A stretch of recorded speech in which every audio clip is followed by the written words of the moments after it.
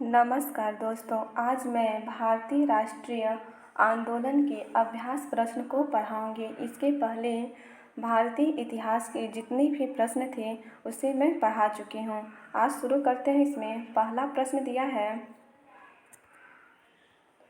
इनमें से किसे भारत के ग्रांड ओल्ड मैन के नाम से जाना जाता है? तो ये हो जाएगा दादा भाई नौरोजी। ग्रांड ओल्ड मैन दादा भाई नौरोजी को कहते हैं। अगला है, सन 1915-16 में किसके नेतृत्व में 2 होम रूल लीग शुरू हुई थी? तो ये हो जाएगा एनी बेसेंट और लोकमान्य तिलक। अगला प्रश्न है, निम्न का मिलान करें। तो इसमें हो जाएगा ब्रह्म समाज की स्थापना किसने किया था? तो ब्रह्म समाज की स्थापना राजा राम मोहन राय। रामकृष्ण मिशन तो हो जाएगा स्वामी विवेकानंद। आर्य समाज, तो आर्य समाज की स्थापना हो जाएगा दयानंद सरस्वती। और सत्य शोधक समाज तो ये ज्योतिबा फूले। तो इसमें आपका 3, 1, 2 और 5 हो जाएगा। तो ऑप्शन कौन सा होगा? तो ये हो जाएगा बी ऑप्शन सही हो जाएगा। अगला प्रश्न है, सॉरी सी ऑप्शन होगा 3, 1, 2, 5, ये सी ऑप्शन सही हो जाएगा। अगला प्रश्न है, करो या मरो का नारा किसने दिया? तो ये महात्मा गांधी ने। अगला है, जब सुभाष चंद्र बोस ने भारतीय राष्ट्रीय कांग्रेस के अध्यक्ष पद से इस्तीफा दिया तो इस पद का प्रस्ताव किसे दिया गया? तो हो जाएगा पट्टाभी सीतारमैया। अगला है, साइमन कमीशन किस वर्ष भारत में प्रथम बार आया? तो 1928 में। अगला प्रश्न है, भारतीय राष्ट्रीय कांग्रेस द्वारा किस अधिवेशन में ऐतिहासिक पूर्ण स्वराज या पूर्ण स्वतंत्रता का प्रस्ताव पारित किया गया? दिया जाएगा लाहौर। अगला प्रश्न है, निम्न का मिलान करें। तो इसमें हो जाएगा निम्न का मिलान कीजिए। तो इंडियन नेशनल आर्मी तो ये सुभाष चंद्र बोस। गदर पार्टी तो लाला हरदयाल। मित्र मेला तो ये हो जाएगा BD सावरकर। और होम रूल लीग तो एनी बेसेंट। तो इसमें आपका बी ऑप्शन सही हो जाएगा। अगला प्रश्न है, निम्न में से किसने महात्मा गांधी के खिलाफ आंदोलन से जुड़ने का विरोध किया? तो ये हो जाएगा मोहम्मद अली जिन्ना। क्या हो जाएगा? मोहम्मद अली जिन्ना। अगला प्रश्न है, इनमें से कौन सा क्रांतिकारी संगठन काकोरी षड्यंत्र केस में शामिल था? तो कौन शामिल था? तो ये हो जाएगा हिंदुस्तान रिपब्लिकन एसोसिएशन। अगला प्रश्न है, निम्नलिखित में से किस अधिनियम ने केंद्र में द्वैध शासन प्रणाली को स्थापित किया? तो ये हो जाएगा भारत शासन अधिनियम 1935। अगला है, किस अधिनियम के द्वारा अंग्रेजों ने अखिल भारतीय संघ प्रस्तावित किया? तो ये हो जाएगा भारत सरकार अधिनियम 1935। अगला है, भारतीय शासन अधिनियम 1935 के द्वारा स्थापित संघ में अवशिष्ट शक्तियाँ किसे दी गई थी? तो ये हो जाएगा गवर्नर जनरल को। अगला है, एक संघीय व्यवस्था और केंद्र में द्वैध शासन भारत में लागू किया गया। तो कब लागू किया गया था? तो 1919 के अधिनियम द्वारा। आगे है, निम्नलिखित अधिनियमों में से किस अधिनियम के फलस्वरूप बर्मा भारत से अलग हुआ? तो हो जाएगा गवर्नमेंट ऑफ इंडिया एक्ट 1935। अगला है, निम्नलिखित में से कौन सा एक भारत शासन अधिनियम 1935 में स्वीकार किया हुआ महत्वपूर्ण और अस्थायी अवयव नहीं है? तो कौन सा नहीं है? तो हो जाएगा देश के लिए लिखित संविधान। अगला प्रश्न है, गवर्नमेंट ऑफ इंडिया एक्ट 1935 को किसने दासता का एक नया अधिकार पत्र कहा था? तो ये जवाहरलाल नेहरू। अगला है 1935 के अधिनियम में उल्लिखित था। तो ए और बी सी तीनों। तो 1935 के अधिनियम में उल्लिखित था प्रांतीय स्वायत्तता, सांप्रदायिक प्रतिनिधित्व और संघीय व्यवस्था, तीनों सही है। अगला है गांधी जी ने भारत छोड़ो आंदोलन कब शुरू किया? तो 1942 में। आगे है किस आंदोलन के लिए महात्मा गांधी द्वारा करो या मरो का नारा दिया गया? तो करो या मरो का नारा भारत छोड़ो आंदोलन पे दिया गया था। अगला है महात्मा गांधी ने किस आंदोलन के लिए करो या मरो का नारा दिया था? तो भारत छोड़ो आंदोलन के लिए। अगला है भारत छोड़ो आंदोलन या अगस्त आंदोलन 8 अगस्त 1942 को महात्मा गांधी द्वारा अखिल भारतीय कांग्रेस समिति के किसके सत्र में, कहाँ पे मतलब यहाँ पे बताना है, सत्र में चलाया गया एक आंदोलन था? तो ये हो जाएगा मुंबई। क्या हो जाएगा? मुंबई। अगला प्रश्न है सुभाष चंद्र बोस किस वर्ष में कांग्रेस पार्टी के अध्यक्ष बने थे? तो 1938। आगे है रास बिहारी बोस द्वारा संगठित भारतीय स्वतंत्रता लीग किस संगठन का एक अग्रदूत था? तो ये हो जाएगा भारतीय राष्ट्रीय संघ। क्या हो जाएगा? भारतीय राष्ट्रीय संघ। अगला है आज़ाद हिंद फौज किसके नेतृत्व में लड़ी थी? तो ये सुभाष चंद्र बोस। अगला है निम्न में से किस नेता को नेताजी कहा जाता है? तो सुभाष चंद्र बोस को नेताजी कहा जाता है। अगला है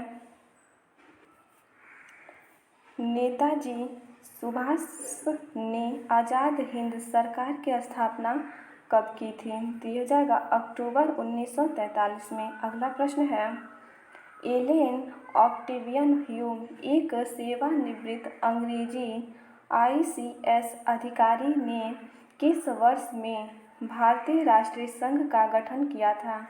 तो ये हो जाएगा 1884 ईस्वी में। अगला है महात्मा गांधी भारतीय राष्ट्रीय कांग्रेस के अध्यक्ष किस वर्ष बने? तो ये 1924 में। आगे है राष्ट्रीय गान सर्वप्रथम कब और कहाँ गाया गया? तो ये 27 दिसंबर 1911 कलकत्ता में। अगला प्रश्न है जन गण मन जो भारत का राष्ट्रगान है सर्वप्रथम कब और कहाँ गाया गया? तो इसमें भी हो जाएगा 27 दिसंबर 1911। क्या हो जाएगा? 27 दिसंबर 1911 को गाया गया। अगला है 1919 का लखनऊ समझौता महत्वपूर्ण था क्योंकि इसके बाद कांग्रेस ने किया। तो क्या हो जाएगा? मुस्लिम लीग के साथ गठबंधन। अगला है भारतीय राष्ट्रीय कांग्रेस की स्थापना हुई थी। तो भारतीय राष्ट्रीय कांग्रेस की स्थापना 1885 ईस्वी में। आगे है 28 दिसंबर 1885 को भारतीय राष्ट्रीय कांग्रेस INC की स्थापना गोकुलदास तेजपाल संस्कृत स्कूल के परिसर में कहाँ हुई थी?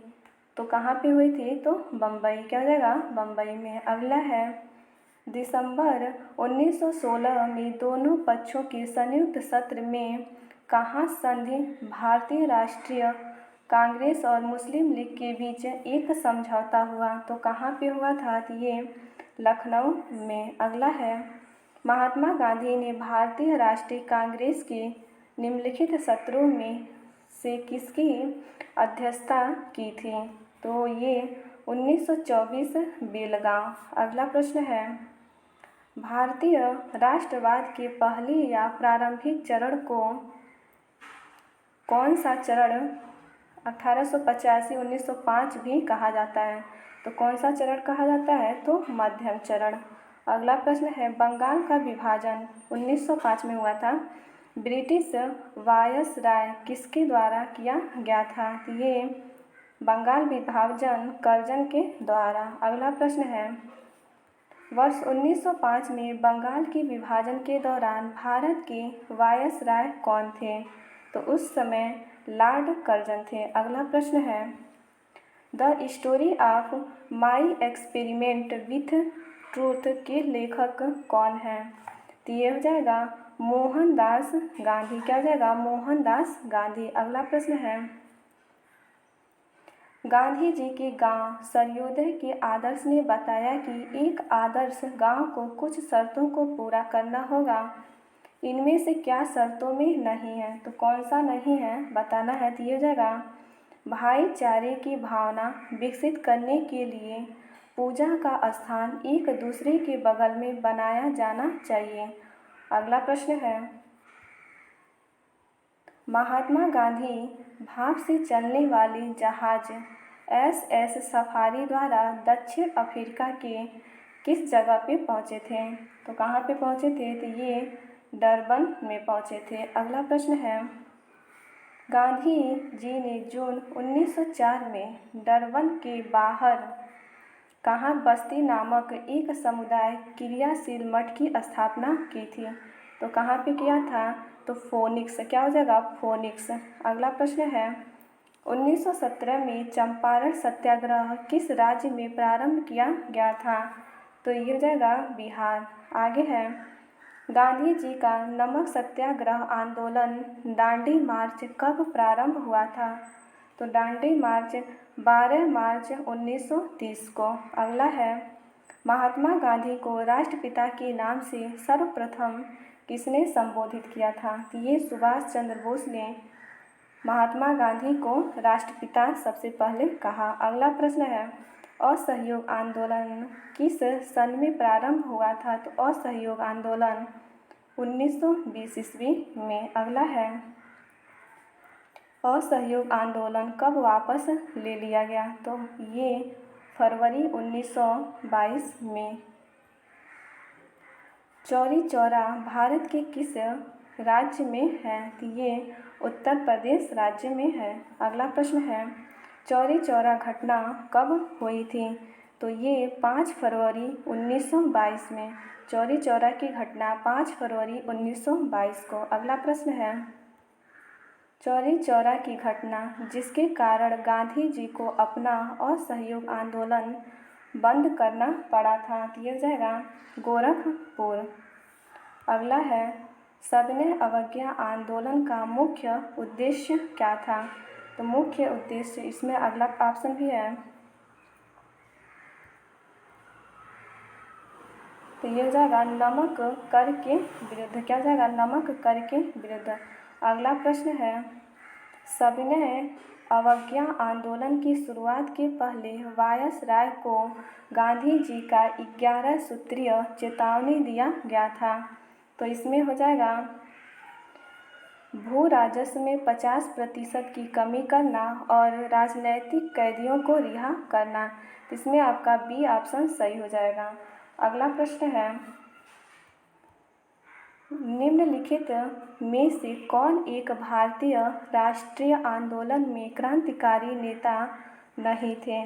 तो कौन नहीं था? तो गोपाल कृष्ण गोखले। अगला प्रश्न है, निम्न में से किस शहर में स्वतंत्रता सेनानी चंद्रशेखर आज़ाद ने ब्रिटिश पुलिस द्वारा घिर जाने पर खुद को गोली मार ली थी?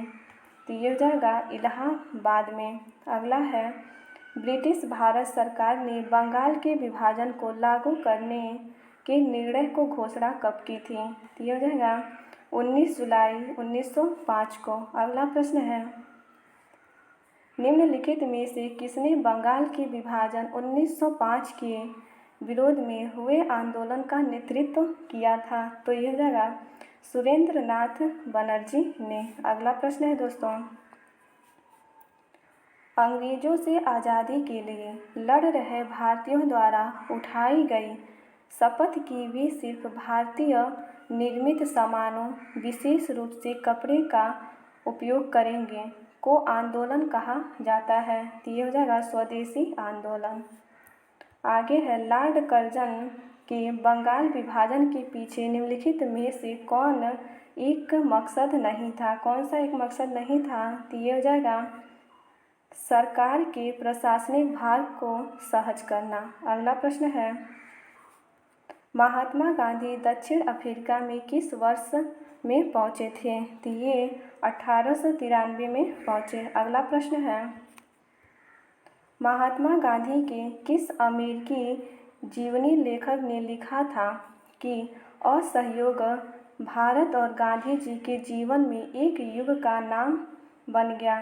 तो किसने कहा था? तो ये हो जाएगा लुईस फीसर। क्या हो जाएगा? Louis Fischer. अगला है, महात्मा गांधी ने निम्नलिखित में से किसे अपना राजनीतिक गुरु माना था? तो ये गोपाल कृष्ण गोखले को। अगला है, महात्मा गांधी किस वर्ष कांग्रेस के अध्यक्ष बने थे? तो 1924 ईस्वी में।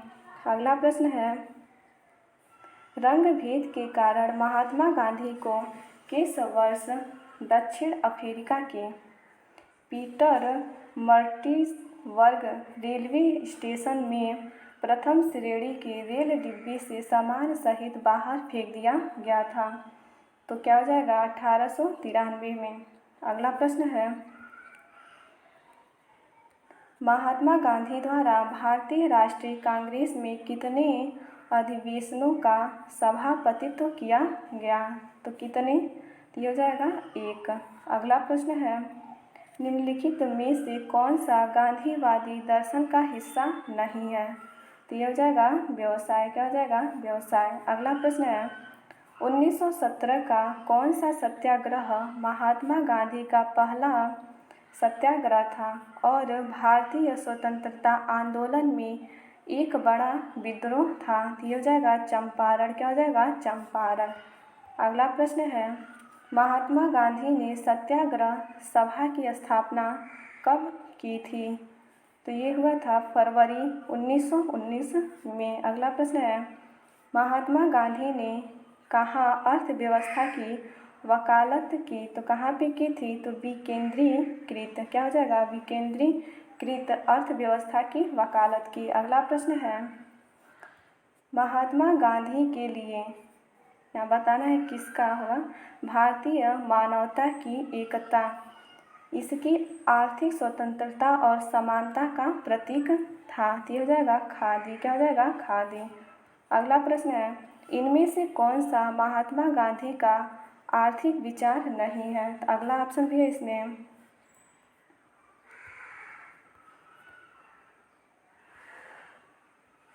तो इसमें हो जाएगा आपका मशीनरी और नवीनतम तकनीक का अधिकतम उपयोग। अगला प्रश्न है दोस्तों, निम्नलिखित में से किस क्रांतिकारी द्वारा the philosophy of the bomb नामक पुस्तक लिखा गया? तो हो जाएगा भगवती चरण बोहरा। इनके द्वारा the philosophy of the bomb नामक प्रसिद्ध लेख लिखा गया। अगला है, वर्ष 1904 में किसने क्रांतिकारियों के गोपनीय समिति के रूप में अभिनव भारत का आयोजन किया? तो किसने किया था? तो वी.डी. सावरकर। अगला प्रश्न है, गदर आंदोलन के नेता कौन थे? तो गदर आंदोलन के नेता हरदयाल। अगला प्रश्न है, अपराधियों के रूप में नहीं बल्कि राजनैतिक बंदियों के रूप में इलाज की मांग करते हुए किस क्रांतिकारी की जेल में 64 दिन उपवास के बाद मृत्यु हो गई? तो ये हो जाएगा जतिन दास। अगला प्रश्न है, 1908 में खुदीराम बोस और प्रफुल्ल चाकी ने मुजफ्फरपुर में किस ब्रिटिश जज पर बम मारा एवं उसे मारने का प्रयोग किया जो पहले कलकत्ता के मुख्य प्रेसिडेंसी मजिस्ट्रेट थे? दिया जाएगा किंग्सफोर्ड। क्या हो जाएगा? किंग्सफोर्ड। अगला प्रश्न है, मुक्त भारत समाज की स्थापना किसने की? तो मुक्त भारत समाज की स्थापना वीर सावरकर ने की। अगला है, निम्न का मिलान कीजिए। तो इसमें हो जाएगा राम प्रसाद बिस्मिल। तो ये हो जाएगा काकोरी षड्यंत्र मामला, सूर्य सेन तो चटगांव शस्त्रागार छापा और अरविंद घोष तो इन्होंने किया था अलीपुर बम मामला और भगत सिंह तो लाहौर षड्यंत्र मामला। तो इसमें आपका ऑप्शन बी सही हो जाएगा। अगला प्रश्न है, गदर क्रांति आरंभ होने का सबसे प्रमुख कारण क्या था? तो हो जाएगा प्रथम विश्व युद्ध प्रारंभ होना। अगला है, चंद्रशेखर आज़ाद मुठभेड़ में कहाँ शहीद हुए थे? तो इसमें हो जाएगा इलाहाबाद। तो चंद्रशेखर आज़ाद मुठभेड़ में कहाँ शहीद हुए? तो इलाहाबाद। आगे प्रश्न है,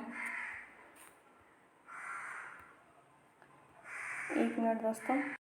भारत के भीतर और बाहर दोनों में क्रांतिकारी का सक्रिय भूमिका निभाने वाले एकमात्र भारतीय राजकुमार कौन थे? तो हो जाएगा राजा महेंद्र प्रताप। अगला प्रश्न है, महाराष्ट्र में 1900 में विनायक दामोदर सावरकर द्वारा स्थापित गुप्त समाज को कहा जाता है? तो हो जाएगा मित्र मेला। अगला प्रश्न है, खुदीराम बोस को ब्रिटिश न्यायाधीश मजिस्ट्रेट किसकी हत्या के प्रयास के लिए फांसी दी गई थी? तो ये हो जाएगा किंग्सफोर्ड। क्या हो जाएगा? किंग्सफोर्ड। अगला प्रश्न है, 18 अप्रैल 1930 में हुई चटगांव शस्त्रागार छापे की घटना का नेतृत्व किसने किया था, जिसमें क्रांतिकारियों ने डपारा में स्थित पुलिस शस्त्रागार पर कब्जा कर लिया था? तो ये हो जाएगा सूर्यसेन। क्या हो जाएगा? सूर्यसेन। अगला है, निम्नलिखित में से किस एक अधिनियम ने भारत में संघीय शासन शासन की व्यवस्था दी थी? तो ये हो जाएगा भारत सरकार अधिनियम 1935। इसके जितने भी प्रश्न थे इस टॉपिक के ये पूरा समाप्त हो चुके हैं। यदि ये वीडियो आप लोग को अच्छी लगी हो तो प्लीज़ लाइक एंड सब्सक्राइब ज़रूर कीजिएगा। धन्यवाद दोस्तों।